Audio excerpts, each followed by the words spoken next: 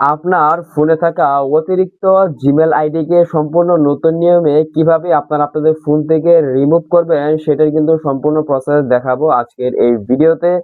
চলে যাবো কিন্তু সরাসরি ভিডিওর মূল পর্বে। যারা চ্যানেল নতুন দর্শক আছেন অবশ্যই কিন্তু চ্যানেলটিকে সাবস্ক্রাইব করে দিতে পারেন, যাতে এরকম কোয়ালিটির টেক রিলেটেড গুরুত্বপূর্ণ ভিডিওগুলো আপনারা কখনোই মিস না হয়ে যায়।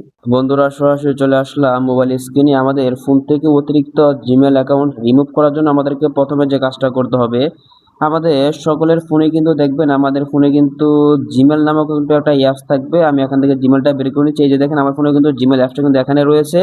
তো আপনারা সকলে আপনাদের ফোন থেকে জিমেল যে অ্যাপস থাকবে, আপনারা প্রথমে সকলে আপনাদের ফোন থেকে জিমেল অ্যাপসের ভিতরে চলে আসবেন। আপনারা আপনাদের ফোন থেকে জিমেল অ্যাপসে আসার পর আমাদেরকে প্রথমে যে কাজটা করতে হবে, এখান থেকে এটা দেখেন বাম দিকে যে থ্রি লাইন রয়েছে এটার মধ্যে আপনারা ক্লিক করে দিবেন। এবার এখান থেকে আপনার নিচের দিকে স্ক্রল করে এখান থেকে এই যে দেখেন সেটিংস যে একটা অপশন রয়েছে, সকলে এখান থেকে সেটিংস এর মধ্যে ক্লিক করে দিবেন। তাহলে কিন্তু অল্প কিছু সময় লুট নিয়ে কিন্তু এরকম একটা ইন্টারফেস কিন্তু চলে আসবে।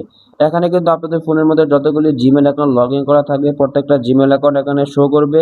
এবার এখান থেকে আমাদেরকে যে কাজটা করতে হবে, এখান থেকে দেখেন উপর দিকে যে থ্রি ডট রয়েছে ডান দিকে, এখান থেকে থ্রি ডট এর মধ্যে আপনারা ক্লিক করে দিবেন।